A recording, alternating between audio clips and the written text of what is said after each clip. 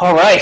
Well, James Sayno, welcome to the Collaborative Commons. Thanks for making some time with me today to talk about something you and I talked about a while back on high impact collaboration and the work you've done in the Olympic movement, Paralympic movement, and I think outside of the Olympic movement. So just so you know, for those out in the Commons, the Collaborative Commons is a place and space where we're building community for those who do work in the space of collaboration, whether it be culture change work, organizational development work, community development work. The whole idea is to kind of give people the tools, the methods, resources, so that they don't have to be living on an island and feel like they have a network. So I'm really excited for you to be a part of the Commons and sharing your insights with us today, James.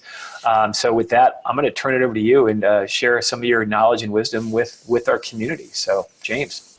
Scott, thank you so much. This is a really exciting time to chat about a collaboration with you. I have worked with and world-class professionals in many high-performing organizations. And when you asked me about collaboration, the first thing that came to mind was the collaboration necessary to deploy for the Olympic Games for Team USA. And so I'd really love to use that as a lens to kind of focus some of these learnings that we've had about collaboration across across time, and then really just distill that into some of the essential elements for use for the community. Awesome, thank you for having me.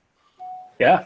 So tell us more about you, James, because I think, again, I've done work with the U.S. Olympic and Paralympic Committee. I've been a volunteer. I've experienced some of the world that you'll be talking about. So how long you've been into the movement, the work that you've been doing in the high performance space?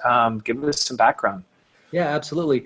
For almost a decade now, I've been working with performance organizations. So I moved from a high-performing consulting organization, Deloitte, and moved right into the U.S. Olympic Committee, where a lot of those skills helped me figure out what was going on and then help really supercharge the nature of collaboration within that time. I served at the U.S. Olympic Committee for about 8 years, which is what we call 2 quads or 2 summer games cycles during that time. And I was able to serve in 4 major games during that time. What is really cool is having like an expert eye of talent and training and development just embedded inside of that team really helped figure out a lot of what the secret sauce was. So in that, I'm assuming what you're sharing is going to be about that secret sauce then. Yeah, there's a little bit of the essential elements there. I mean, nothing, state secrets or anything like that, but we can talk about certainly the biggest, the most essential elements to collaboration when you're putting on basically the biggest temporary show on earth with so much on the line for about 400, 500 athletes, and what we do in order to prepare them and ourselves and preserve their performance in that environment.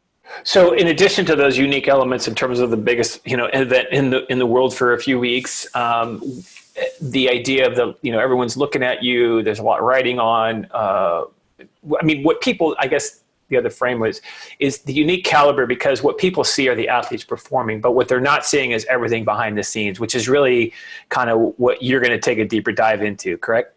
Yeah, that's exactly right. So when you see the athlete there performing on the field of play or standing at the top of the podium, they will acknowledge themselves that they're basically there because of the force of the community that's behind them. And then when we go to deploy to the games, that community within our organization is called the team behind the team. So I'm going to share a little bit of the essential elements of the team behind the team.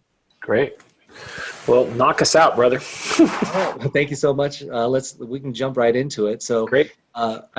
First of all, what I love about this, it's really about preserving the performance of the Olympic athletes. The mission is very simple. If you really want to think about it, it's something like this. Like, imagine that you go to a 4-year college and you study every day for that 4 years. And at the end of that 4 years, you get to take one test. And if you fail that test or you don't get an A on that test, you don't graduate the next day. You have to start all the way over at day 1 for the next 4 years, and then anticipating another test 4 years from now. So the stakes are really high for those elite athletes to achieve their dreams. And so we're there to help them preserve that time and that focus so that they can take that test and win. Wow. That's huge. I never really thought of it that way, in terms of, especially, I guess it's when you think of it, if you're a summer athlete versus a winter athlete, it is a 4-year cycle. That's pretty amazing. Yeah, that's exactly right. So I want to just jump right in and just Sure.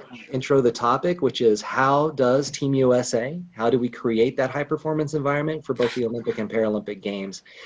One thing that you should know is the U.S. is the best at this. The U.S. is the best at deploying and supporting our athletes in the games time. And that is both objectively measured by the performance and the medal count, but it's also measured by how much distance and disturbance we can remove from athletes' plates, so they only have to focus on the games. So what do you measure on that? I mean, when you say that, I mean, definitely the medal count is a metric.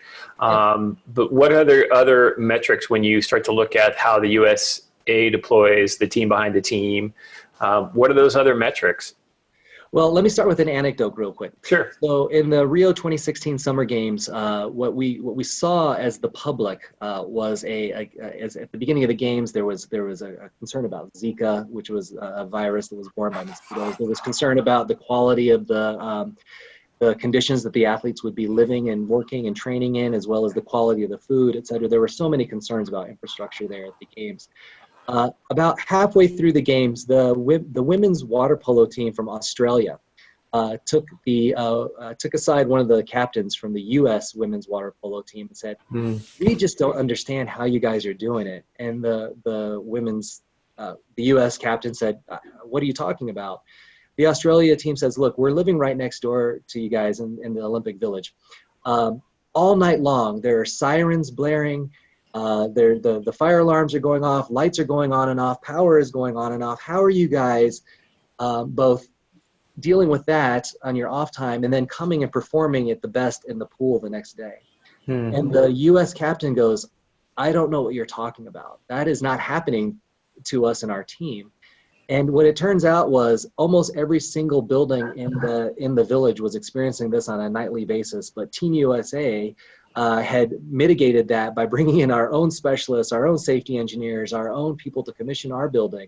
And so our athletes weren't buffeted by all of that turbulence like the other athletes were, and we were able to give solid performances day in and day out. So we can tell by anecdotes like that what we're doing is really focusing on eliminating distraction, eliminating disturbance and turbulence from the athlete's lives so they can perform. That's amazing. So as you're talking again, I'm always playing in between the world of the sport world that you're talking about with the work world in terms of that level of focus and anticipation about what are we trying to do. And I often wonder, because I'm facilitating a session starting tomorrow with a team that they're an IT group and they're really trying to figure out how to so they can perform. So, to me, I think oftentimes as facilitators of collaboration, having that sense of mission, kind of the mission behind the mission in terms of how do we create the conditions so that teams can perform at a high level. So there's a lot more to preparing, thinking, planning, facilitating to get people in that right state. Like, what is it going to take for people to be at their best, to feel their best and perform their best every single day? And I just wonder how many organizations sometimes lose sight of that, which in a sense, if you're on that 4-year cycle, and you're wanting that person to pass, you want to make sure that those conditions are set to precision. I mean, that's a level of depth that I don't think a lot of people in our space really kind of consider. We think about it just going to the next gig, right? So how do we help people succeed with that kind of mindset? So that's a huge mental shift, I think, for a lot of people. Yeah, absolutely. And let's keep that conversation going as we're going through here, because I think that's what's most important. I can tell you, for example, I was just recently at Nike Inc. and working with both the Total Rewards group and the talent acquisition group there. And what we found was we were overburdening the recruiters and the talent acquisition people with having to remember so many different rewards programs so that they could spout that off to all of the different candidates that were coming on board. And what we did was we just really streamlined the knowledge, what they needed to know at the time they needed to know it, and then provided materials so that they could pass those on to the candidates instead of having to understand, interpret, internalize, become rewards consultants themselves, for example, just to explain how pay works at Nike to a candidate. So taking things away, distilling things, and taking it down to its essence so that those people can perform. Wow, that's great. Yeah. So let's talk a little bit about how Team USA does do this. We have a special name for the staff, which we call the team behind the team. and then Team USA, which we generally refer to all of us together, or mostly just the athletes. And so I'll be using those terms as we go on. So really how we do it is we focus on high impact collaboration. And there's the recipe for high impact collaboration in our organization was, number one, we prepare intensely. I want to talk a little bit about that. We do lots and lots of team building, but we also do team assessment. We do individual assessment. We do simulations that allow people to understand some of the past goings on at the game so that they can address those. We get laser focused on duties and jobs so that people are very, very clear on what they do versus what other people do. And we try to, as much as possible, to make sure that our own team, the team behind the team, can focus on what they need to do and feel well prepared to do that. We also teach people about these competing tensions that we have at the games. For example, one is we are in an environment of extreme ambiguity. We don't know what the processes are. A lot of times the infrastructure, like I mentioned before, is not solid. And then you have the any given Sunday condition of what can happen during any event day. For example, one of our 100-meter runners in the women's relay lost her shoes, or actually had her shoes stolen by another competitor. What do you do when it's 5 minutes before the race and that person doesn't have their gear, right? And so then we also talk about addressing these challenges in the team behind the team, things like trying to separate the signal from the noise, and then trying to make sure that we don't overcommit ourselves and burn out in the middle of a really stressful time. So I'd like to talk a little about those things. Sure. All right, let's go forward then. A little bit about why you would listen to me. Again, I was the director of talent and rewards for Team USA for about 8 years, deployed to 4 major games, and was really in charge of both the preparation of the team and execution. And so I want to take a little deep dive into what preparation meant. Not only did we prepare the athletes to be great ambassadors for Team USA, everything from caring about their constituencies, to understanding that they're on the world stage, to building up the prestige that goes along with participating in the Olympic Games or Paralympic Games. We also trained the team behind the team in something that we call game staff training, which was not a single event, and in fact went on for about 10 to 12 months prior to the game, so that we could condition ourselves, think through everything that we would need to operate in a culturally dissimilar environment, think about everything that we would need to keep ourselves take care of ourselves and self-care during that time, all the way through, again, your specific job, building your confidence with your team, what can happen as far as off-the-wall events. So fun fact on this one, James, I've actually been a part of the GST for not only, I was at the Paralympics where I was on the friends and family, and then I was Sochi but I was working for the Russian group. So in terms of like the team behind the team, I totally see the difference. So I've experienced the game staff training, and it's like you said, it is an ongoing process. So that when you talk about that preparing intensely, it was nice to be in the mix for that, because I got to see and experience myself what it was like. And then also I facilitated a few of those meetings as well. So I'm just blown away, because when you talk about the preparedness, it's not just about the operations, the assessments. I mean, there are the cultural implications, because each game has its own set of, it's nuanced, like you said, you brought up Zika, like who plans for that? Right. And how can you? Right. That's exactly right. And Zika actually was one of the more extreme ones, but every place we ever deploy, we have to be very mindful of the culture that we're deploying in. So for example, an easy case was we deployed from the US to London in 2012, right? And if you think about cultures that are similar to ours, you would pick the UK as being similar to the United States, except for one huge factor, which is their orientation towards hierarchy. In the United States, we're more egalitarian, where everybody has a voice. In the UK, that's not what it was. And so to be effective there, you needed to understand the hierarchy, understand when to invoke it, and then make sure that you used that as a tool for efficacy. Versus when you deploy to some place like Guadalajara in Mexico, it's not about hierarchy. It's about appealing to your relationship with those people. And building that relationship ahead of time. And so, yeah, each culture has these cultural attributes that you have to understand deeply in the nuances so that you can be effective in those environments. Were there any, like a particular set of like checks that you're really trying to say for game staff training, we got to prepare our staff for this, this, and this? I mean, what was some of your thinking going into the design of game staff training?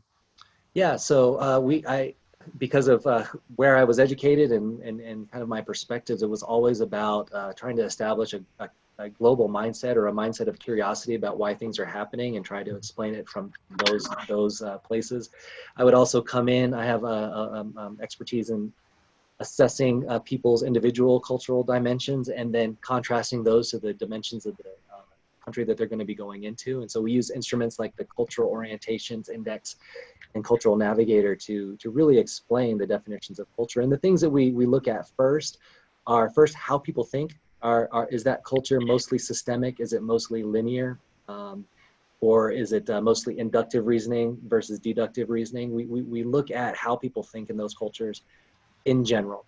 We also look at how people communicate in those cultures. Do people, for example, are they oriented towards one axis of time or multiple axes of time? And how does that relate to how you communicate with folks?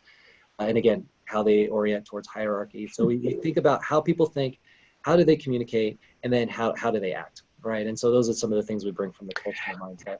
You know, it's interesting as you say this, because I think the other part of this nuance for game staff training is, I mean, my experience was you're bringing people from the organization that don't typically work together, right? Mm-hmm. They have to form a functional area team, and so they have to learn to collaborate. But there's another element to the collaboration when you're at the game or even leading up to the game, and that is collaborating with all the other stakeholders on the ground that are going to help you either remove the barriers or potentially create barriers that you have to learn to work with. So it's not only learning how to collaborate with your own particular team, it's the other teams you have to work with, but then there are whether you're offsite or onsite, you know, there's all these other players that you have to learn to collaborate in another language or in it. So yeah. I can see the importance of the cultural component, because I think a lot of times what people don't realize is that part of your team are the people that are outside of your team that are running the games in the bigger context. So it's fascinating how many layers of collaboration we're dealing with here. Yeah, and there are some things that cut across cultures. So for example, the Team USA wields a tool called reciprocity. What we do is we get there early, we contribute fully, we give gifts, and we utilize the principle of reciprocity so that those things can come back to us when we really, really need those folks on the ground. Is that a conscious principle? Is that something that... It absolutely is. We talk about that in game staff training, about how a simple Olympic pin will be able to allow me to park a bus up next to Houston International Airport for all day long when it's not supposed to be there, or a simple, a gesture, some kind of gift that says Team USA on it will allow the UK Border Force to let our athletes through without a lot of friction. So yeah, we talk about those things and how to use those. Wow. Sounds like a quid pro quo, but that's a different issue. I'm just kidding. Hey, you know what? If it's a generalized theory of reciprocity, where if you're being nice to people, giving of yourself, and not just physical things, but also giving your time and energy to set up the village, for example, that does come back to you. Whether it's this for that specifically, we don't. But I mean, it's tied to a bigger picture. I mean, again, that's one thing I love about this whole area that you have worked and lived in, is that they describe the Olympic and the whole gaming and Paralympic as a movement. That everyone's a part of the movement, and how you kind of introduce and invite people along that experience where that sense of connection is such a key component. So it's not just about the reciprocity, but it's also making those connections where we're all moving towards the same goal, which is we're part of a movement. And I think that to me is part of the magic of the Olympic Games. So. Yeah, that's right, and it snowballs on and on. I mean, I have friends from back in Guadalajara 2011 and London 2012 that we're still close because of what we went through on those experiences. But yeah, there's so much around it that can be both understood on why we perform so well, and then translated into organizational environments so they can do the same.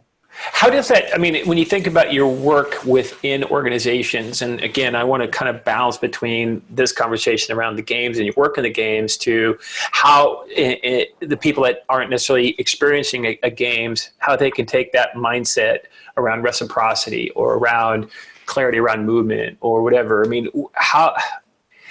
where's the bridge so that people who are listening to this can say, gosh, I wonder if I'm doing that in my own organization or in my own approach to building collaborative cultures? Yes, absolutely. I mean, you can look at the work of Cialdini in his book Influence, and reciprocity is right there. It's central to influence in organizations as well. Which is what book are you specifically talking about? Because I want to make sure that we put links to this as when people download it, they can see it. So which book are you talking about?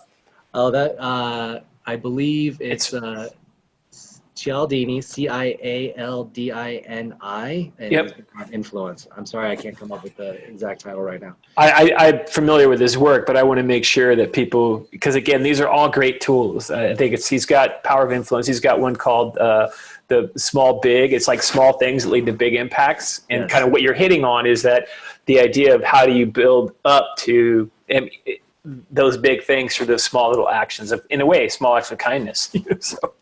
Yeah, that's exactly right. Loaning yourself and your expertise, your labor, your hands, whatever you have to somebody else's cause is the surest way to attract them to your cause. And that's basically, some first principles. And again, that cuts across cultures. Right. Well, it's interesting in the neuroscience, we talk about in-group versus out-group. And just by those actions, you're creating an in-group with those who are maybe technically outside. And that's huge from an influencing perspective, as well as a collaborative perspective, especially when you're dealing with dynamics that could be an us and them, like they do this to us versus, hey, what can we do in advance to help them be effective? So.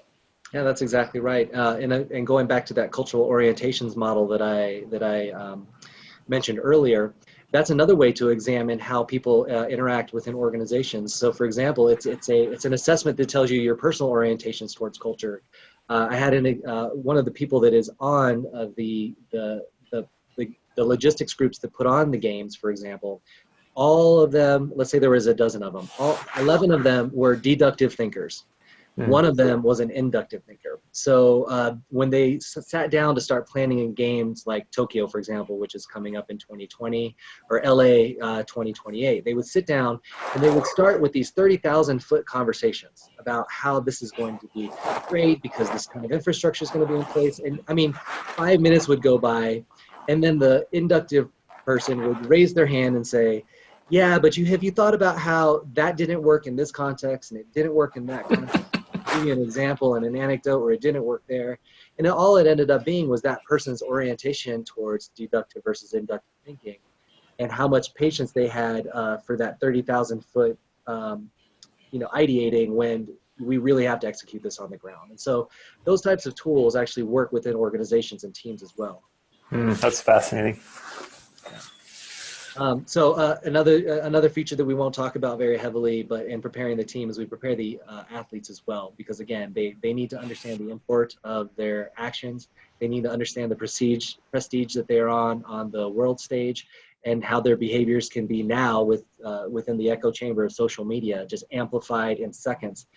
We teach them how to do that, all the way to how to hold the flag correctly when you're taking your victory lap. Oh, that's awesome. Yeah.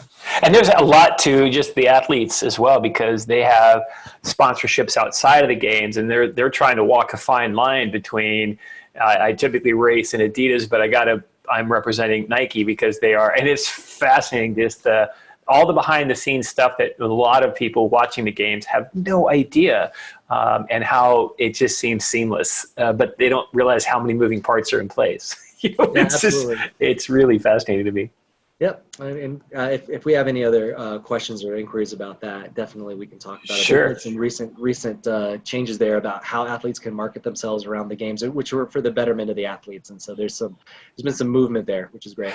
Which is another element of collaboration, is not just the host country but you also have your sponsors. I mean, that's another layer of I remember doing a program many years ago where Coca-Cola was one of our sponsors, and it was for an environmental thing, and there was a picture of a garbage or a dump that had appeared to have some red cans in it, and the Coca-Cola people were like, remove that slide or we're pulling the plug. And we're like, okay, that's an easy thing to do, but a lot of times you might have something that you don't even consider the needs or the interests of these other parties. So how often in the game staff training are you really saying, what are all of the interests that we're trying to serve in this overall collaboration of an Olympic game? Yeah.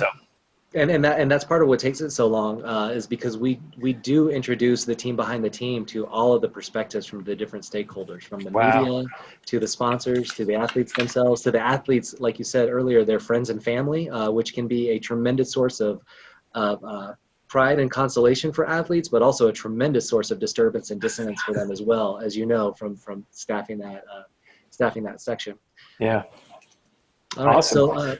so I was involved in that, which is great, and then also involved on the ground in execution. So why you should listen to me is because I've been in the trenches in almost every aspect of games, from transportation to picking athletes up through the airport and getting them through customs, through processing them, giving them all of their gear and things like that they receive, and really transforming them into Team USA at that point, all the way to in Rio, just being a member of the village team, which was a very special time for me. I'd like to go on a little bit and get really to the elements of what high impact collaboration is made out of. And so getting down there, and again, it's about our preparation as a team. It's about managing those tensions, and it's about addressing those challenges. What I'd like to talk about a little bit is about how we prepare. So again, we have a preparation for games delivery that goes pretty similar to what other folks do, and we're both excellent at some of these things and really terrible at some of these things too. So for example, during selection, we try to be as egalitarian as possible. We try to make sure that people that with the skills that we need are the ones that we select to go to the games. But then there's also folks that just by virtue of their function, let's say they're in the communications department and a PR role, will automatically be going. There's some selection of medical staff too. We want to make sure that the medical staff that we select are collaborators. We've had some very famous instances of medical staff that were not good collaborators, and they never got invited back again. Oh, wow. That they share information and knowledge of their techniques, their assessments, and their diagnosis with other medical team members, and they work in a multidisciplinary environment, which when you're talking with some of the best medical experts in the world at what they do, that doesn't always mean they're collaborators. Would it be interesting and maybe useful to share with the way that's set up? Because again, you're dealing with in the Olympic community, you have the U.S. Olympic Paralympic Committee, but then you have all these national governing bodies, right? And so are you pulling from physicians from the NGBs? Because again, and then how do you, when you're selecting that dynamic, what are those collaborative traits that you're looking for? You know, what are they, and how mindful are you guys in terms of, okay, hey, this is a fit, this is not a fit, or we're making some assumptions based upon past experience. So what are some of the criteria or characteristics that you're looking for to say, oh, this person actually would be a wonderful fit to a functional area? Well, it starts way before the selection for the games. The national governing bodies, the NGBs, they're able to select their own medical staff to go to the games. The U.S. has, Team USA or the U.S. Olympic Committee doesn't really have a lot of authority, if you will, over who they select. And so we use basically influence. We get in front of that. We get in front of those decisions, and we make sure that in the years leading up to the games, we have met those medical staff from the NGBs. We've invited them into conferences. We understand each other. They understand the multidisciplinary nature of the medical provision at the Olympic Games. Basically, it's all hands on deck for every athlete, no matter if that athlete isn't from your sport or not. It's everybody is there to serve the needs, and you might not be the specialist in the injury that they have. And so we want to make sure that we have those specialists on hand. So what we look for, again, is we look for, in the preparation, we look for folks that are curious about other people in their disciplines. We look about sharing information and knowledge. We look for people that constructively come to the table with the rest of the disciplinary team and say, hey, how did you do that? Here's how I did that over here when I had an athlete with a similar issue. And this is how we come to the most effective tools for medicine and the most effective providers of that. Wow. And I'm assuming those same earlier characteristics of ability, showing curiosity, willing to share, willing to kind of brainstorm with the team members. That's not just indicative of the medical, but that's every member of the game operations, I'm assuming. Yeah, that's exactly right. We also select for other issues, not just in the medical staff, but that is for all the staff. We also select for, ability to deal with ambiguity, Hmm. ability to deploy for extended periods of time, and be okay with doing that and taking care of yourself. People that don't have ride a regular cycle of burnout, Mm. and why, right? And so we look for other characteristics as well. Mm. That's good. Thank you. Yeah, and then we take all of them in, and over the course of, like I said, 10 to 12 months, we prepare them through intense team building activities, through individual assessments and 360s, and team assessment and 360s, everything from the Thomas Kilmann conflict mode instrument all the way through emotional intelligence and how people have and wield that in different amounts. We talk about, again, cultural orientation and how that works within the cultures that we're going to deploy in, and who has certain strengths and who doesn't. And so we can count on those things on our small teams. Mm. We also deploy, I think we're probably the second best people in the world to deploy. I think the first best are likely the military, United States military. But after them, we have a very professional deployment where we have shipped things to in cargo containers to countries months in advance, where we understand all the different needs that are going to be necessary to put all of those resources into play and procure those resources way ahead of time. And then I would say, you just look at the medal count, look at our athletes' ability to focus on their performance, and we could argue back and forth that our execution is probably the best out there. And when I talk about execution, I want to take a step back. What Team USA does differently and better than anybody else in the world is replicate an athlete's performance environment in the country that the games are going to be in. So everything from their nutrition to their mental and psychological needs, and emotional support needs, all the way through their physical conditioning and needs. We replicate those things in the country that we're going to operate in, and that's not a small task. So when I say execution, it's not just about kind of getting them over there, getting them into the village, and then getting them to their competitions. It's about replicating a performance environment so that they can maintain their training standards all the way up until the day of their performance. That's amazing. Yeah, it really is.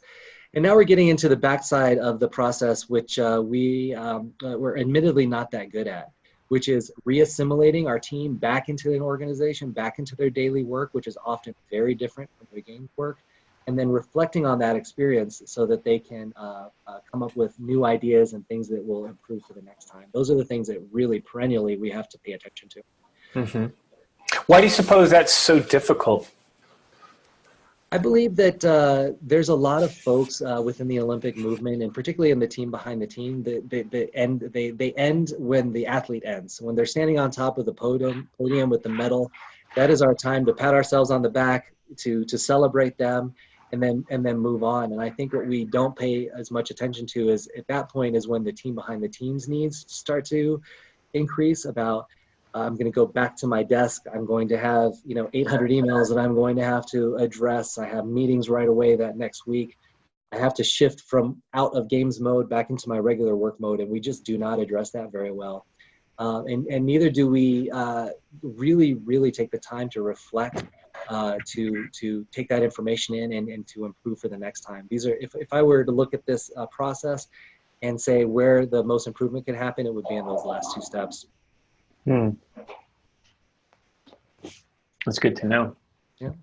Well, I think too, I mean, I take it down to a small level, like, doing a 2-day meeting with a client, and I think there's always that sense of they have kind of a breakthrough, or they have this experience where they have some clarity, and getting them to actually apply what they've learned back into their workplace. Because again, during the games, you're learning, you create a language, you create your own culture, right? And then you're going back into, and some of the work that I do in facilitation is like, how do we make sure that we're making that incremental shift? Because it's how are we going to know that we're better today or tomorrow as a result of what we went through today? And especially when I'm dealing with leadership teams that have been somewhat entrenched in a particular culture, it's like getting them to get unstuck and then go back to apply that insight into their existing role, where they're moving the ball forward as an organization. So it's always a big struggle, because, I remember I used to do ropes courses and team building events, and we'd always say that the half-life of a ropes course was like 5 minutes or 5 hours. So yeah, to your point around the importance of that reassimilation or the application of that experience so that they're, better, stronger, faster as an employee when they go back is such an important dynamic, because it's somewhat of a stature thing to go to the games, but they go through an experience that's going to hopefully make them better when they go back to work after the games are over. So you're exactly right. And I think that metaphor of a leadership development experience is very apt, right? Because what we hear from leaders is, yeah, that was great, but now I have to go apply that in a different way, in a different context, and a lot of times our learning environments are way too sterile for that to be a place where they can go back and wield the courage necessary to use those new techniques. It's almost the exact opposite, but it's a mirror image of that. We take people into a very, very intense environment and then send them back to a more docile environment, and we don't do it very well. Well, I mean, I think about it again from a neuro perspective. The brain really loves novelty. So you go into this new experience, you're going to be more alert, more aware, more in tune, because the mission is clear. And I think sometimes in most work environments, sometimes the mission gets lost. I think the USOPC has a pretty clear mission because they're doing it every 2 years. But on the flip side, there's a lot of organizations that get lost in the fact that they might have a sense of where they're going, but they don't have clarity of what they need to be doing now to get us closer to the next level. And in the flow science, as you're knowing, it's, goal clarity is a big part of it. Having that way you can create the feedback loops where you're getting immediate feedback in the game situation, because did that thing work or not work? Did we get the goal that we needed or not needed? So the focus is really very different, but I think it can be taken back in organizations with a mindset of like, hey, we need to get clear on where we're trying to go today, this week, this month, and then really come together as a team to make that happen. And I think that level of focus and clarity is very clear during the Olympic Games. So, yep, that's exactly right. We have a lot to learn there. So moving a little bit more forward into the tensions that we have to manage while we're at the games, and what we train people how to do before we get there. It requires a little bit of explanation. So the first tension that we have to manage is there's a tension between organizational hierarchy and where expertise lies. And so within the U.S. Olympic Committee, it is a very traditional hierarchical bureaucracy organization. Parts of it move fast, parts of it move slow. But one thing that's very, very common is that the power lies at the top. The power to make decisions, the authority, the decision rights, and governance really relies on a handful of people at the top of each organization. So we're talking about maybe 13 to 15 people out of 500 have the decision-making power over, let's say, budgets or performance or goals, or what we're going to invest in or not. And so we have a very traditional hierarchical organization. However, the expertise for deploying to the games does not sit at the top of the org chart. It actually sits in many different areas of the org chart, from someone that's in nutrition, or in basically a chef that's been doing these games for many, many years, has expertise that the top of the dining services does not have. Or you have somebody that has been trained to be the expert in who has what credentials there, for example, and that's often an intern. And so when we go to the games, that intern is now telling directors and others what to do, because they are the ones that are in charge of credentialing. And so we have this tension that we have to manage before and during the games, which is we take a traditional hierarchical organization. We take about 40% of that entire organization. We pull them into a different environment, and we turn that hierarchy on its head very often. So there's a tension that's created there that we have to teach people how to navigate. What do you notice when you dissolve that role or that hierarchy? Because to me, again, I'm thinking back to flow science. It's fascinating, because there's something does happen when all of a sudden, where I might be reporting to you back in the Springs where the office is, versus now you're reporting to me because I'm the functional lead.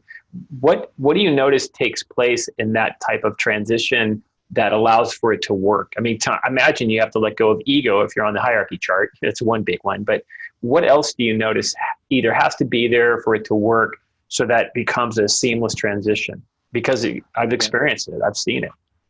It's very clearly about mission orientation and service orientation. That's all there is to it. I mean, you have to have orientation towards delivering the mission that goes above your ego and your job title, and we select for that as well. We compartmentalize very well. So the executives almost always go to the games, but they almost find more menial support roles when they do so. For example, folding T-shirts in the Team USA shop, versus really trying to have a in-depth in the trenches role, or fetching athletes from the airport. So what we need to have them do is we need to have them understand that they're at top of the hierarchy. That can be useful at times.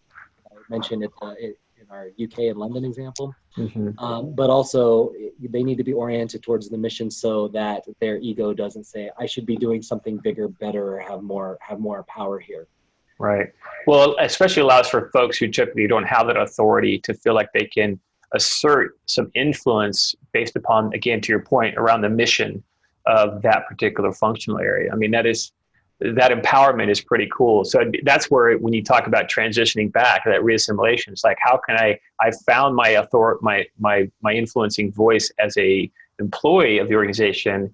How do I keep that influence in terms of moving the ball or moving the needle when I come back, because I know that I can do it. And I think that to me is a huge opportunity. It could be a lost opportunity if it's not realized. So that is exactly right. And I would say that it's lost about half of the time. I mean, I think people find their efficacy at the games and then go back and then come back into an environment where learned helplessness actually kind of reigns. And so I want to talk a little bit about that as well. Sure. I'd like to talk about another tension that we've touched upon, but it's very, very clear. It's about having clarity of mission, but ambiguity on almost everything else. Ambiguity about the environment, the cultural environment that we're deploying in, ambiguity around what infrastructure is going to be available or not there during the games, all the way through, scandals. For example, I mean, when we were in Brazil in 2016, I mean, the president was impeached while we were there. In 2002, during the Salt Lake City Games, there was a bribery scandal surrounding that. And then in 2014, for the Sochi Games, there was a Chechen warlord that was threatening everybody that would come to Sochi. And so there are things that you cannot prepare for, have to deal with, and then have to spin into clarity on behalf of the national governing bodies and the athletes. And so there's this tension there where you're trying to see the ambiguity, make shape of it, form it into something concrete so that you can turn around the next day and tell somebody this is how something is going to happen for them, right? And so this is an environment that we need to deal with. Yeah, I worked with somebody at another agency many years ago, and she would always say that really good teams are able to balance contradictions. The idea of how do you manage between the clarity of mission with the sense that there's a lot of unknowns, anything that can occur. So it's really always seems to be about balancing some of these contradictions and doing it well. What did you find helped for that balance? I mean, again, you do a lot leading up to the games, but then the games occur and there could be some things that you didn't anticipate. So how teams, when they're able to play on both sides of that fence, when they're able to have clarity of mission, but also they have an ethos of, and this can happen too. Like there's an openness. Like so when I was in Sochi, there was a woman, she does a TED talk called On Being Wrong. Her name is Catherine Schultz. Yeah. And there's a line in there that when I was at the games, because for me, the Russians were fascinating because they just didn't, at least my experience was, they didn't anticipate, right? Right. And so I was working to kind of say, what are we doing with all these international volunteers? What do we need to know for next week? But they're always like a day late on posting certain information. And so I was getting pretty frustrated. But at the same time, what I realized from watching that video is she says, like, expecting one thing to happen, but just also being open to other things happening instead. And so it was amazing by not being tied to a particular outcome, like having clarity was where I want to go, but being open to things getting in the way really allowed for me to not only get the most of my experience, but also things opened up for me. I was able to go to the opening and the closing ceremony because I was open, right? It was just being open, and someone says, hey, anyone got some bandwidth? And I'm like, yeah, sure, why not? And I added value. So it was really amazing when you can kind of play that thing of, I'm clear, I expect this one thing to happen, but I also have to be open for any and everything else to happen along the way. And just by having that mindset, I had a wonderful experience, and I didn't stress that much either. So it's an interesting dance. Yeah, I think that's one key, and I think inside that same TED Talk, the line that stuck with me is, "What does it feel like to be wrong?" Yes, yeah, Right. It feels exactly the same way as being right. Right. You don't know that you're wrong, and so that's what we when we're trying to sort through ambiguity and make things clear for everybody else. What we're really trying to do is we're really trying to leverage the expertise of the folks on the ground. So we have, for example, we have junior people that are mentored by more senior people that have been to the games before, so that they have somebody that they can reach out to in those times and bounce ideas around. We seek clarity almost every day. So if the buses show up at one place on day one, we ask on day one, will they show up in that same place on day two? And then on day two, we say the same thing about day three, and we never take for granted that that's going to continue to happen. As a matter of fact, it doesn't happen. And so we have to ask that question almost every time. Let me ask you this. As someone who works in organizations where, do you work to build ambiguity into a team dynamic? I'm not talking about not just in the context of the U.S. Olympic Committee, but any groups that you've led. One of the things I appreciate about you, James, is I think I've seen you with other groups where people are throwing out a what-if scenario, and you're like, we'll test it. Kind of test that hypothesis. There's some ambiguity there. But I mean, so I'm just curious to know from your perspective, how often do you, in other roles outside of the games and the movement, do you try to insert a little bit of ambiguity to kind of help strengthen the thinking of the individuals and the teams that you're working with? Yeah, absolutely. And you know what? I find myself not having to artificially insert ambiguity anywhere at all. I mean, It's always there. It's just, can we see it, right? It's in the negative space around the things that we know. And so we have to teach people how to discern the things in the negative space, anticipate the things that are not there, rely on people's expertise. And this goes from Deloitte to Nike to the Olympic Committee and elsewhere that I've worked, which is you don't really have to introduce it as much as you have to be taught how to see it, because it's all around us. And so one of the things that I like to deal with when it comes to ambiguity, because it can stop people in their tracks. People that are used to things happening in a certain way, when it doesn't happen that way the next time, it stops people in their tracks. And I like to focus people on, okay, let's take everything through to its logical conclusion, right? So what's this unknown that you're dealing with here? Okay, why is it an unknown? Can we put dimensions around it? What happens if you say yes and go in this direction? What happens if you say no and go in that direction? And let's take each one of those branching paths to its logical conclusion. And at the end, what you get is you get a sense of control over things that you don't control. It's like a structural control. You can at least identify the steps that you would take to go through. Do you have any suggested resources in that I could share with the group, like a book or other TED Talk that that has influenced your thinking? I mean, you talk about your training, but is there any particular thinking framework that you put people through? On that one really comes from it comes from actually training people on emotional intelligence and things like empathy and those type of skills and managing others. I don't really have a source for it, other I can say it does come from the Goldman stuff. I was certified through Hay Group to run one of their 360s for emotional intelligence, and I believe that's in there, that take things to its logical conclusion, and let's try to use our logic to kind of extrapolate out from where we are to where we want to be with some of these softer things like empathy. And again, from a collaborative space, that's part of helping people create the story in that new space and that new potential. I mean, I in my mind, I see the connection, but to your point earlier, is like getting people to really open up. And this goes to Carol Dweck's work on fixed versus growth mindset. What you're really trying to do in that space is to let's be fixed on our mission, but let's grow with the opportunity to get there. Like when we're confronted with something, that's an opportunity. It's not a bad thing. So that's just a powerful ethos that I think, but when people get stressed, it's easy to lose that. So building that muscle is a key, I think is one of the key skill sets that's out there, especially in the collaborative space. There is a article that HBR just put out. It's called Cracking the Code of Sustained Collaboration. If you've seen that, Yes, they talk about some of the same things that you're talking about here. I mean, even in the radical collaboration stuff that I teach, it's built in. It's like, let's understand, let's be clear on where we're trying to go and open for other things occurring. Yeah, absolutely. And I want to talk a little bit about that as one of our perennial challenges as well, which is kind of, again, self-efficacy and learned helplessness, which is abounds in organizations these days.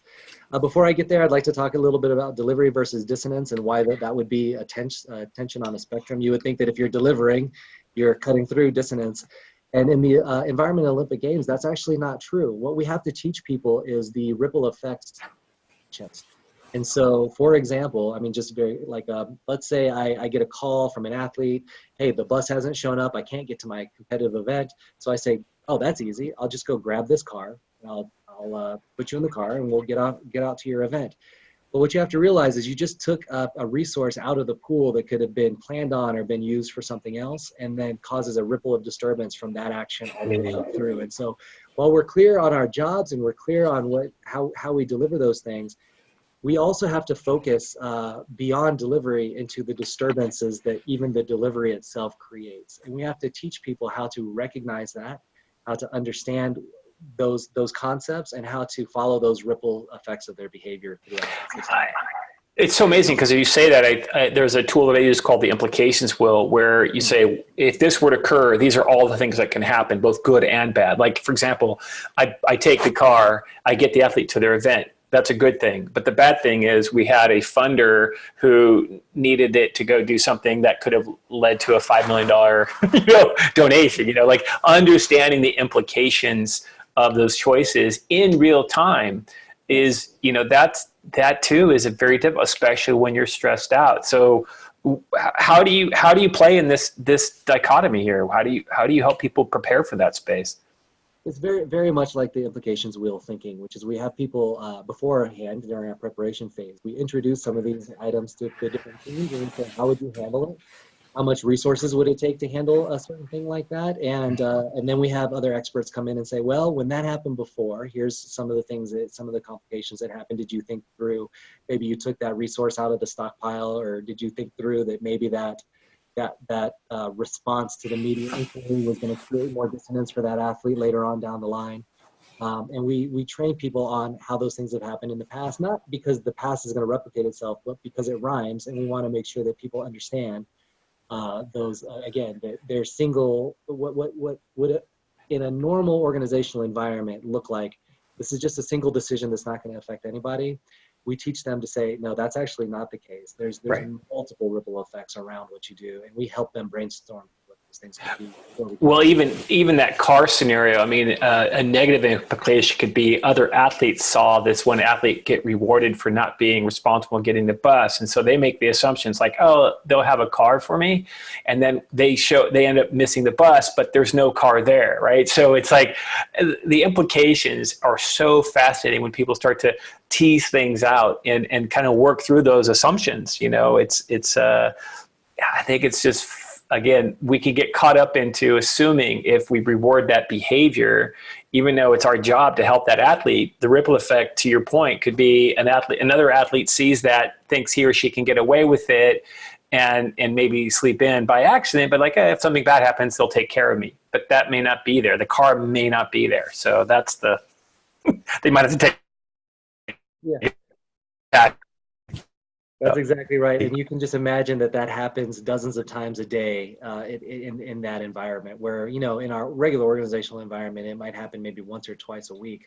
Your decision really ripples like that across. In the games environment, it happens dozens of times a day, and sometimes from the same person's desk all day long. Yeah. I love to ask a question for teams in this space is, how often have you made a decision only to, a year or so later going, gosh, if we only would have known then what we know now, we wouldn't have done it, and so that's part of what I like about the implications, is to say, here are all the things that can occur. And if those things were to occur, this could happen. And then if those things could happen, these other things could happen. And then how we measure it is through desirability and likelihood. So is there more to the equation of looking at dissonance in terms of gauging the decision that you would make to say, hey, the disturbance that we're forcing is for the greater good?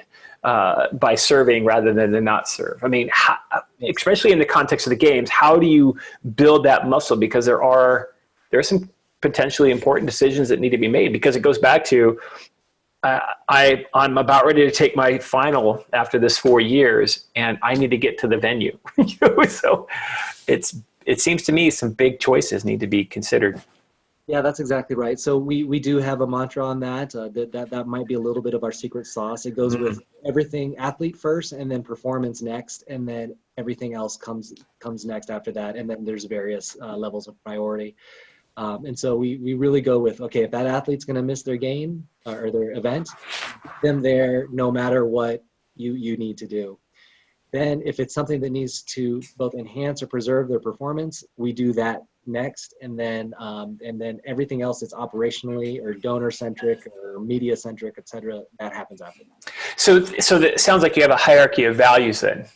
Like a not, yeah. And again, let's tie it back to the workplace. How many organizations have that level of clarity in terms of framing decisions? Would you say is it high, low, indifferent? People are confused. They don't know. How much clarity is there in organizations, would you say, around this one? Because I mean, take it back out of the game context into organizational context.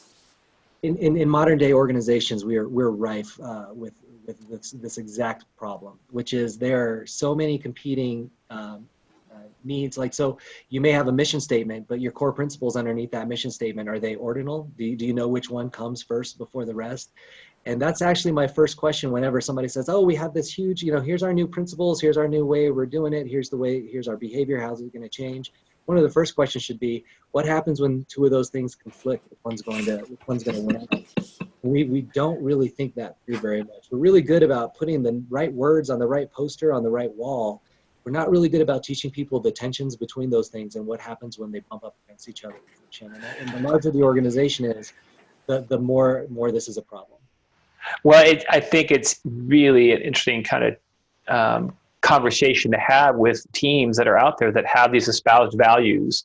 Like I see it, we call it in the technology participation world, we call them underlying contradictions. Like you'll see, for example, an ethos where we do teamwork, but we reward individual performance. Like there's just a huge disconnect around performance management tools because we want to build team culture, but we reward individual performance. And that's just a huge problem. It is. And what's really interesting about that, having been at the intersection of basically talent and reward, so performance and rewards for the last 8 years, we have a tail wags the dog situation there. We can do a whole talk on how rewards actually, we figure back from rewards into performance versus the way that it's supposed to be. And so there's a lot to mine there as well. But you're exactly right. So within organizations, what are we rewarding? How are people performing? What are they supposed to perform towards? And how do we help them prioritize their daily work? It gets very, very messy. Yeah, I definitely want to circle back on that one because I think a lot of collaboration is disrupted because of the reward systems that they have in place. Yeah, I'll just put a bookmark and say, don't get me started. Well, I just see other people, because again, you start to see, and I think this is such a subtle line that I observe when I'm working with teams, is how self-interest will totally disrupt shared interest. Yeah. If an individual need is not being met, and again, all of a sudden I'm stressed out, I'm becoming really self-absorbed, I can start acting and be showing up in ways that are counter to the rest of the organizational shared interest goals. And so again, being able to create at least muscles where people can kind of mitigate that damage is really critical. But I often see sometimes the structure that's in place for those organizations, in a sense, facilitate the behaviors that are showing up. So that's a whole other conversation. But again, that's what makes the Olympic Games such a unique experience, because the goal is clear, the behaviors that are necessary are so well defined, and then that structure that you build underneath that is really critical to the overall success. So. Yeah, so thank you for allowing me to chat through that. These are some of the tensions that need to be managed or balanced. And again, this is the art of leadership, management, and teamwork and collaboration, which is not just taking it for the definitions, not just taking it for the people process performance triangle, but really understanding that your daily existence is to manage these tensions at a critical time. If there was like one synopsis, if you were to say, okay, so if I'm facilitating, if I'm working in a collaborative space and I have to balance these three, dynamics, these three tension points. Could you distill it down to a way of thinking or acting or communicating that kind of allows you to do well in all three? That's a really good question. I think what you need to realize is a lot of these are, how should I say, a lot of these are not real. A lot of these things are mental constructs, right? So hierarchy is a mental construct. Expertise is something that is present in people. That happens. That's not so much something that's imaginary. But ambiguity, for example, we just took everybody through how you can actually create something concrete out of something very ambiguous. And so that's kind of a mental construct as well. You can teach people to have structural control even over things that they don't control. And then when it comes to delivery, that is about focusing and really understanding what you need to do, but also taking a step back, right? And so I think what a lot of this has to do with understanding what's real, what's a mental model, and how you can sort through those things for more self-efficacy. So, I mean, that's a great question. I'd love to ponder on that for a little while, because I think there might be a common link here. Yeah, I mean, I'm just wondering, because it's, the space that you are talking about creating for teams to show up and really perform at a high level, that the collaboration you're describing, there's I'm always looking for the patterns that are existing, the one or two things that will help other people that are doing the work that you do, that I do, to really kind of build it into their practice. So these three elements, I think we can all relate to. It's like, is there something that oversees it? And hopefully, as I share this out in the community, that people can respond to that question as well. Yeah, absolutely. I think that would be great. I'd love to be a part of that conversation. Awesome. Thank you. All right. What's next, brother? So the last thing I'd like to talk about is just kind of our perennial challenges and how we address those things. And so these are things that happen in most organizations, but happen very, very acutely when you're in this type of high impact collaboration state for the Olympic Games, and something that, it took me several cycles of this to really understand what was going on. And so I'd like to talk through a little bit about how we both anticipate and address these things. I mentioned a little bit before about the USOPC as an organization, right? It is very hierarchical. Decision rights are reserved for the top, less than 1% of the folks of the organization.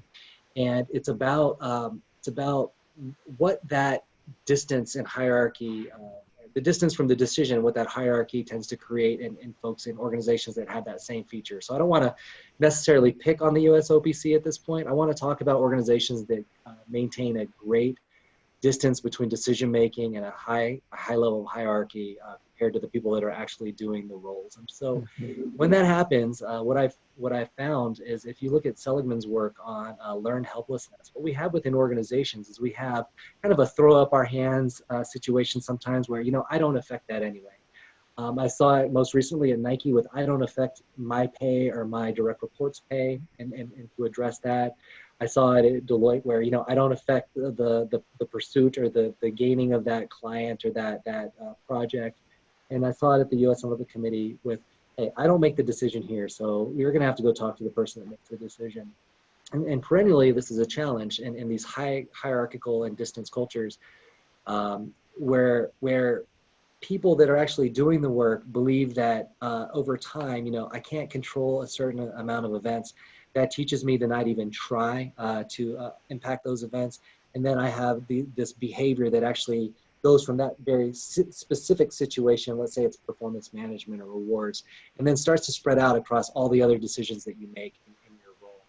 And what we have to do when we come to the Olympic Games, what it's so crucial, is we have to really infuse people with courage to act, have a bias for action in certain circumstances, and really be aware of their self-efficacy that is going to be different in a new environment than it is at their day-to-day desk environment. So we have to combat this situation of learned helplessness quite a bit, and it has to do a lot with teaching people to re-examine and then feel how effective they can be in different environments.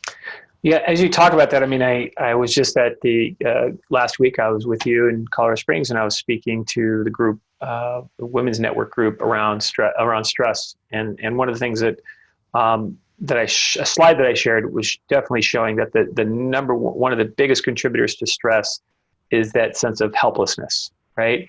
And I think I've shared it in other conversations, but that shift from feeling helpless to helpful. So in any context, like, what can I do to support James right now in this situation? Because I feel completely helpless, which is making me frustrated, right? So that sense, I think you talk about that bias towards action or helpfulness. I think there's some secret sauce there that if we can empower our culture, and I think this is again during the games, goes back to athlete first. Well, what can I do to help? The athlete is always what I'm asking myself, right?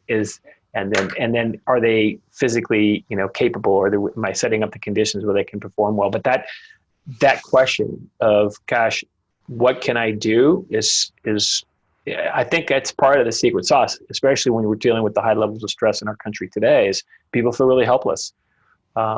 So that to me is a big one. It's the $1 million question I think people need to be asking themselves.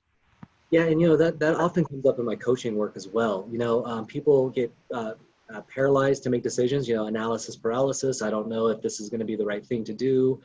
Should I move in that direction? This is what I want for my overall career. How do I get there? And what I teach people to do is I teach people to take those first steps. I teach people to put a stake in the ground and move towards it, even if it's not the final stake, or even if you find out it's not the right one. Sometimes you need to unfreeze and start moving towards something in order to understand what that's going to be. And that's very, very similar to what you're saying here, which is, again, instead of just sit there and just overanalyze the things that are going on, I really teach people to, walk through all of those events, put a stake in the ground where you think you want to be, take a couple of steps towards that. And if you have to recalibrate, my door is open, come back. And, that's basically where we need to teach people, to have courage and conviction, as well as self-efficacy. That's amazing. Great. Thank you. What's next? After that, we're talking about a little bit about the heroes and martyrs. I love this graphic. This is about soccer moms and how they burn out as well. I haven't had a full night's sleep in 7 years. This phenomenon is great. It both describes the phenomenon and it describes the answer. So in the games environment, we have people that we have selected because of their orientation towards our mission, their expertise in their field, and we've given them this environment where they can fuse both of those things for the highest level of performance that they have ever had. That is a heady mix for people that overcommit, let's say, or overburden themselves, or try to be the one that comes in the morning and says, hey, wow, you look really tired. You're like, yeah, I was burning the midnight oil till 3 a.m. This morning. Right. People recognize me for giving exerting that much more energy and going above and beyond. And so we have this phenomenon during the games environment where we have the conditions required for burnout almost every day, and we have to teach people in advance and during and in the moment to not only care for themselves, so not only go for the run or sleep in if they need to, or get out of the environment if they need to, but we also have to teach people to signal those actions to other people. And so in the way that this person has all of these badges on in this graphic, we have to teach the opposite. We have to teach people to signal that they're taking care of themselves and not keep that a secret. We have to teach people to signal to other people that they're being overwhelmed or frustrated and need to go take a break. And we need to have other people respect those choices, even in the midst of a chaotic environment where, again, we've created this mix of this could be the highest performance of your entire life, but you still need to be present and to give that performance. Well, what's interesting because you're really asking people to be vulnerable, right? To say, I can't do that. And again, I think that's one of the things I'm seeing in organizations where people will perceive that as a weakness. But I think to me, it's a greatest strength because, the whole program last week was all about self-care, and so that ethos of self-care is such a critical component in terms of, taking care of myself so that I can be of service. It goes back to the original conversation about being mission and service oriented means I have the capacity to do that. So that's exactly right. And burnout in the games environment is one of the worst things that can happen to our game staff. For example, we know that if you don't get enough rest or enough nutrition, or you're skipping meals, you're not exercising, you're going to get sick. Yeah. Being sick in the games environment is a performance killer. it not only does it kill your own performance, but if an athlete gets sick, again, we go back to that 4 years and it's their final exam. They're not going to be able to pass it, and it's going to be because you didn't take care of yourself. That's one of the worst things that can happen. I can imagine there's probably a couple case studies around that one. So there's a couple of people that sat in quarantine for several days too, that can testify to that as well. Because wow, if you're sick, you got to go to your room. That's it. Wow, that's amazing. And so we need to teach people kind of, their own behaviors, their own orientation towards burnout. In advance of the games, we do teach people self-care techniques. We have people examine how they are under stress. People divulge to their team what it looks like when they need that break. We are mindful of that the entire time. That's good. But again, I take it back in the workplace where a lot of times that isn't the case. And I think that's why you see such an increase in stress and mental health and all this other stuff in the workplace, because that component isn't a part of the ethos as well. So, yeah, when you're in your regular 9 to 5, it's okay. It's not okay. It's prevalent to deal with these things on your off hours and try your best to put on a mask and not bring them to work. In the games environment, you don't have such off times. You're at work 24 hours a day, Yep. 35 days in a row. And so there's no escaping. You have to understand what it's doing to you, and how it's affecting others. Wow. And then finally, one of the perennial challenges is I told you, we operate in this environment of extreme ambiguity. We have to teach people basically discernment and how to use their judgment and figure out what's sifting the signal from the noise in any one of their functional areas. So, for example, I was airport operations. So anything that had to do with a plane being late, or a passport, or customs, or a border strike, or something like that, those are signals to me in that role. And they could often be signals to other people down the line that are waiting for those athletes to show up at their village or at their hotel or something like that. So I have to not only discern what's signal for me in my role, but also transmit that signal very clearly to other people that are waiting for it on down the line. And so we don't introduce noise into the system. Well, it's interesting because, as you said, that this goes back to having those criteria, like you said, athlete first. I mean, when you have that kind of clarity defined up front, then all your decisions, going back to the dissonance, it's like their flight's going to be an hour and a half late. They got to be at this spot in 2 hours. We'd schedule that time. I mean, all of a sudden you have a filter to kind of really discern, because you have that criteria that you're measuring it against. Which again, I don't think, to your point earlier around organizations having that kind of clarity of seeing what's conflicting and what's the number one priority, it's hard to discern. And I think there's a lot of organizations that get caught up in the noise very quickly because they don't have that clarity. Yeah, it's been said to me, and discussions with you, what we're doing really in modern management these days is collectively harnessing people's focus on the things that matter. And this signal to noise is only going to be more and more prominent as there's noise all over the place these days. And the avenues that it can get to us are many and varied. And so teaching people how to decipher these things, both in the media that they consume or in the goals or conflicting goals of different departments or organizations, this is rising to prominence right now. It's why the work that you and I are engaged in when it comes to flow and organizational performance is so important. Yeah, well, I think that what I appreciate earlier in the week, I was taking some notes, kind of distilling down some of the homework that we had, but the idea of, befriending your nervous system, overriding your instincts, getting over your habits around the distractions and stuff, getting that level of grit, and then just being able to kind of step into a peak state periodically so you can persevere over the suffering at times. But the way it was distilled down for me, it just made so much sense that that's what we're trying to do. But I think to some degree, when you think about the trajectory of getting people prepared for the games, how do you manage yourself? How do you show up differently than you do outside of work? How do you demonstrate that resiliency? And then what are you doing to reward yourself while you're there? Because I think you guys, my experience when I was at the games that I've been at, that there is an element of giving, and what I appreciated about Dean, for example, was, hey, go do something fun. Yeah. Absolutely. Plan it into your time there. That's exactly right. He will insist on it. Dean Nakamura is an extraordinary leader. Harnesses all of these tensions very, very well and addresses these challenges in advance. And yeah, he's the model for what we're talking about. Yeah, he's a great guy. That's awesome. So with all of this that you've gone through, and I think you and I have even talked about that need for better discernment as an important skill set, but to me, it's really clear that helping people discern is just getting clarity as to what they're doing and how they're going to frame their decision. This is actually helping me for my session tomorrow, by the way, so this is good. What's been your biggest takeaway? I mean, as you've kind of evolved and done, 4 cycles of games, taking it outside of the movement of the Olympics and applying it in other organizations, where do you see your work going in terms of working with teams and organizations?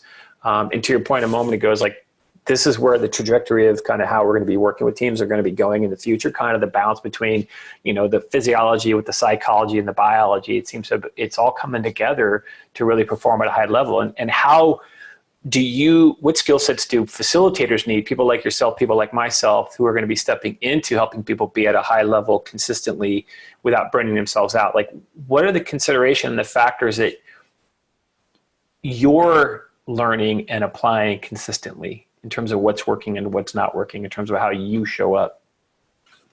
I wish I again had some time to formulate those. The I know I ask way too many questions, but I'm just pondering out loud, thinking. No, because my answers wouldn't come out in this kind of verbal jumble as they're about to. The first thing that I really believe needs to rise into prominence is kind of like that whole person, that whole health, whole kind of a well-being mentality that we need to introduce back into organizations, right? Around the whole person, not the you be yourself outside of here, and this is like a work-life balance kind of dichotomy, right? Your life is outside of here, but when you're at work, you're going to act into it. And I think what we really need to do is just like in athletic training, we worry about the whole athlete and their support. We need to do the same thing for people and their well-being. I see a lot of companies that are both embracing that and moving forward very radically with whole person health and well-being in organizations, which I think is great. I think, a common thing, for example, at Nike, one of the things that I found there was in the wake of a lot of their scandals that they had last year in 2018, I went in and had access to certain data sets, and I found out that there was an enormous reservoir of financial anxiety where people did not feel financially well across that organization. And that was the role that I was brought in to address. So the problem I was brought in to address, I was able to find significant amounts of measurable anxiety in that organization. And so therefore the solution wasn't just teaching people about pay, it was teaching people about financial well-being and how their pay relates to that, and so that you could actually really frame the problem. And so again, going back to the athlete situation, they don't turn on when they're on the field and then turn off when they go home, right? We have to worry about their nutrition at every step of the way, their sleep cycles and how they're taking care of their sleep and getting enough rest and recovery during certain times. And there's a secret sauce there that I can't really go into, but those are the things that we need to do for the athletes. And we need to start treating our employees the very same way. I also believe that there's some first principles that we don't necessarily bring with us. Aristotle would say that courage is the first among all values because it ensures the rest. I think that there is quite a bit of that lacking within organizations these days. The ability to speak up, the ability to see things, identify those things, and be confident that you're going to be effective in bringing those things to the spotlight. So there's a little bit about introducing courage and self-efficacy back into people's lives to get away from that helplessness. And then finally, when it comes to signal and noise, again, just teaching people for them to both have discernment and then confidence in those things that they're discerning, as well as teaching them to use their judgment at the right times, and then that judgment leads to higher order effects. And so, again, I wish it wasn't such a verbal jumble, but I believe that those are some of the things that I'm seeing these days in my work that really could informed by these experiences and could help us get to that same type of high impact collaboration that we have at the Olympic and Paralympic Games. Well, I have a feeling that after I post this up onto the site, people might reach out to you with questions and or comments, which I'm hoping for. So I'm going to thank you, James. Don't leave. I'm going to stop the recording here in just a moment, but stay on so we can talk about how I can get some resources for you that can also post to this link as well. Okay, so for everyone listening, thank you for your time, and I'm going to hit the off recording, and James and I are going to stay on. So thank you, James. Thank you. Cheers, everyone.